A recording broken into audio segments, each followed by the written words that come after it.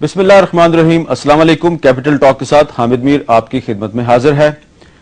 آج 16 دسمبر ہے اور 16 دسمبر پاکستان کی سیاسی تاریخ کا ایک ناقابل فراموش دن ہے. اس دن کو بنگلہ دیش میں یوم آزادی قرار دیا جاتا ہے، لیکن پاکستان میں یہ ہمارے لیے یوم ندامت ہے.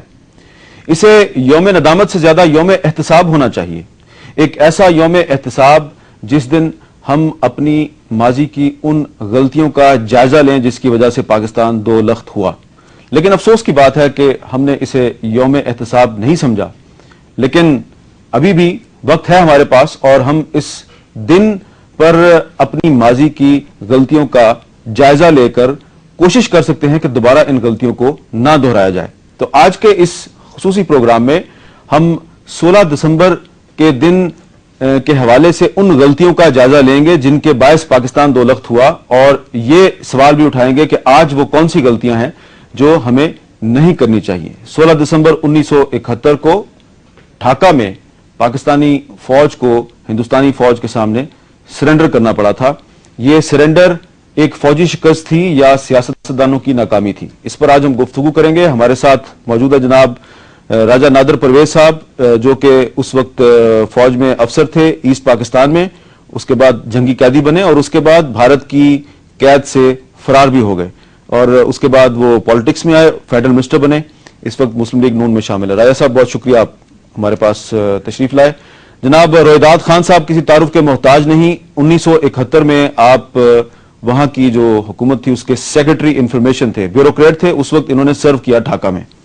ہمارے ساتھ لاہور اسٹوڈیو میں موجود ہیں جناب معین الدین حیدر صاحب، سابق لیفٹیننٹ جنرل، سابق وزیر داخلہ اور ایک ڈیفنس اینالسٹ کی حیثیت سے آج ہم نے انہیں اپنے اس پروگرام میں دعوت دی ہے. ان کے ساتھ موجود ہیں جناب ڈاکٹر صفدر محمود صاحب، معروف دانشور ہیں، کالم نگار ہیں اور سابق وفاقی سیکرٹری انفارمیشن رہ چکے ہیں، اور ایسٹ پاکستان کرائسس پر وہ ایک بہت مشہور کتاب لکھ چکے ہیں جو اردو اور انگریزی دونوں زبانوں میں شائع ہو چکی ہے. آپ دونوں کا بھی بہت بہت شکریہ. راجہ نادر پرویز صاحب، آپ میجر تھے اس وقت؟ جی ہاں، میں میجر تھا جی پاکستان ایسٹ پاکستان میں. سب سے پہلے آپ یہ بتائیں کہ آج بھی لوگ ہم سے پوچھتے ہیں پاکستانی فوج نے سرنڈر کیوں کیا انڈین آرمی کے سامنے؟ ہم امیر صاحب، آپ نے دیکھا ہوگا کہ میں سیاسی گفتگو میں حصہ نہیں، انٹرسٹ نہیں لیا کئی سالوں سے. یہ ٹاپک جو ہے ڈبیکل حفیظ پاکستان، یہ میرے دل کے بہت قریب ہے کیونکہ میں نے اپنی آنکھوں کے سامنے یہ چیز دیکھی اور تقریباً 1 سال تک مفتی بینی کے خلاف لڑتا رہا. اس کے بعد جب جنگ لڑی، 13-14 دن کی جنگ تھی، وہ بھی لڑے انڈیا کے خلاف. انڈیا جو ایسٹ پاکستان ہے یہ surrounded by India all 3 sides. ایک طرف سمندر ہے، تینوں طرف ہندوستان بیٹھے، اور وہاں سے 1200 میل کا یہ ایک پورا علاقہ جو بارڈر ملتا ہے ہندوستان سے.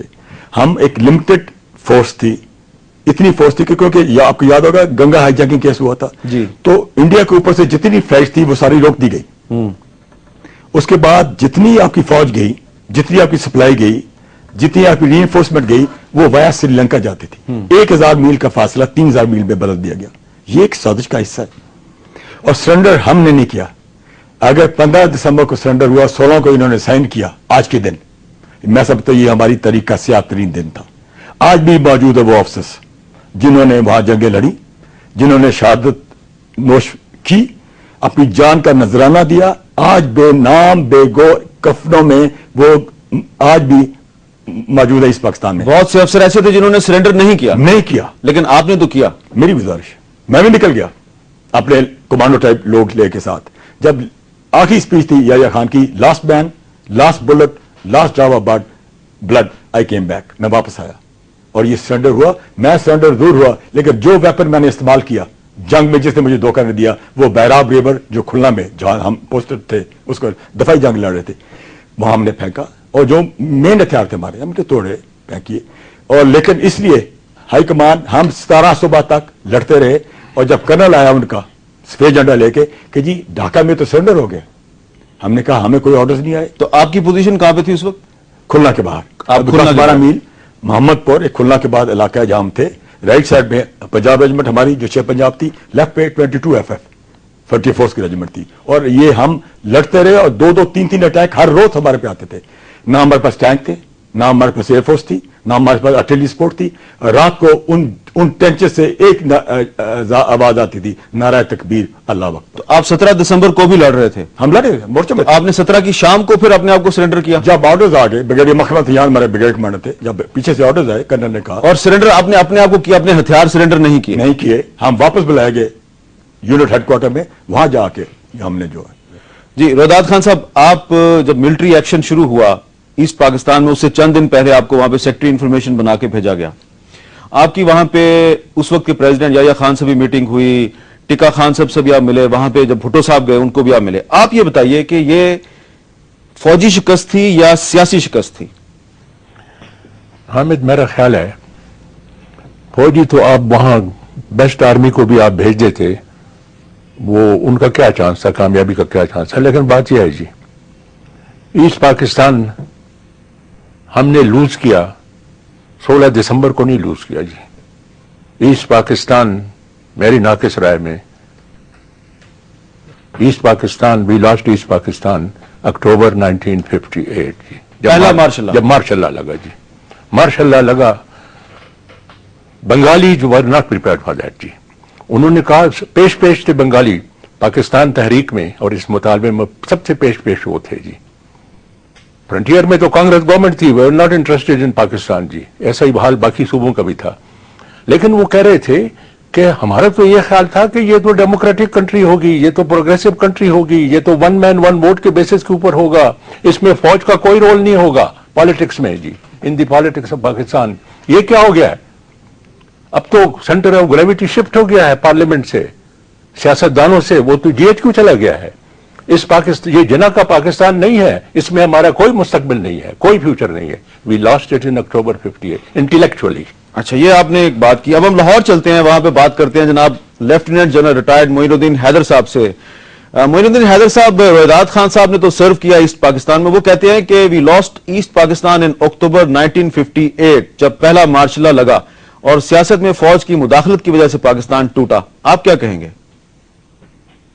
جی, اس کو بہت سی وجوہات میں سے ایک وجہ کہا جا سکتا ہے, لیکن 58 کے بعد سے بنگالیوں نے کوآپریٹ کیا, حکومت میں شامل رہے, وہاں الیکشنز بھی ہوتے رہے, لیکن انہوں نے اس قدم کو پسند نہیں کیا کیونکہ اس وقت ایسٹ پاکستانیوں کی پاکستان فوج میں ریپرزنٹیشن بہت کم تھی, اور فوج کے چینلز چونکہ زیادہ استعمال ہوتے تھے تو ان کی سنوائی نہیں ہوتی تھی.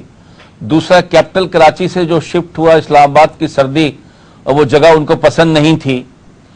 تو یہ دو باتیں تو تھیں, لیکن ایوب خان نے جو وہاں ڈیولپمنٹ کی اگلے 5-8 سالوں میں, وہ بھی ایک ریکارڈ ہے کہ وہاں بہت ڈیولپمنٹ کی گئی, اور وہ میرے خیال سے ایک جو مورخ ہوگا وہ اس بات کو تسلیم کرے گا. اچھا معین الدین حیدر صاحب, ظاہر ہے کہ اس میں پارٹیسپیشن سیاسی کم ہو گئی. معین الدین حیدر صاحب, آپ ایوب خان کی ڈیولپمنٹ کی بات کر رہے ہیں اور سیاسی مورخ کی بات کر رہے ہیں. ایوب خان صاحب کی حکومت کے لا منسٹر تھے جسٹس ریٹائرڈ محمد منیر.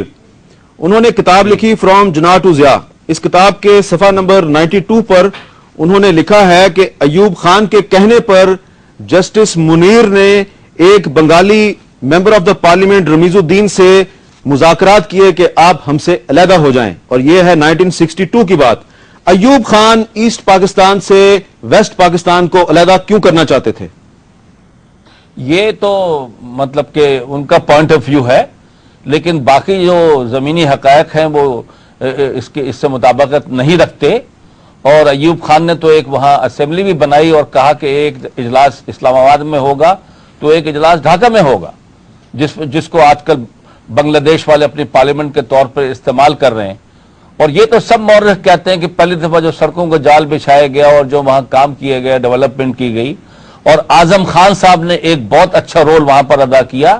حالانکہ وہ فوجی تھے لیکن وہاں پر بہت مقبول تھے, لیکن جب ان کی مقبولیت کو دیکھتے ہوئے ایوب خان نے یہاں کالا باغ کو ہٹایا, امیر محمد خان کو, اور وہاں پر اعظم خان کو, تو ایوب خان صاحب کی گرفت کمزور ہو گئی. اور ایوب خان صاحب اپنے ڈائریز میں لکھتے ہیں کہ پہلی دفعہ 1967 میں مجھے محسوس ہونا شروع ہو گیا کہ بنگال میں اب جو ایجیٹیشن شروع ہو رہی ہے یا وہ جو ہے